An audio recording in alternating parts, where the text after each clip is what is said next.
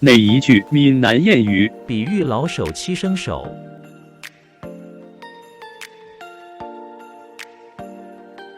闽南谚语取材于台湾闽南语常用词词典。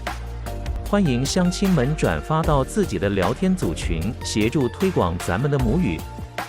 多谢，感恩。闽南谚语不修假新修，老犯人欺负新犯人，比喻老手七生熟。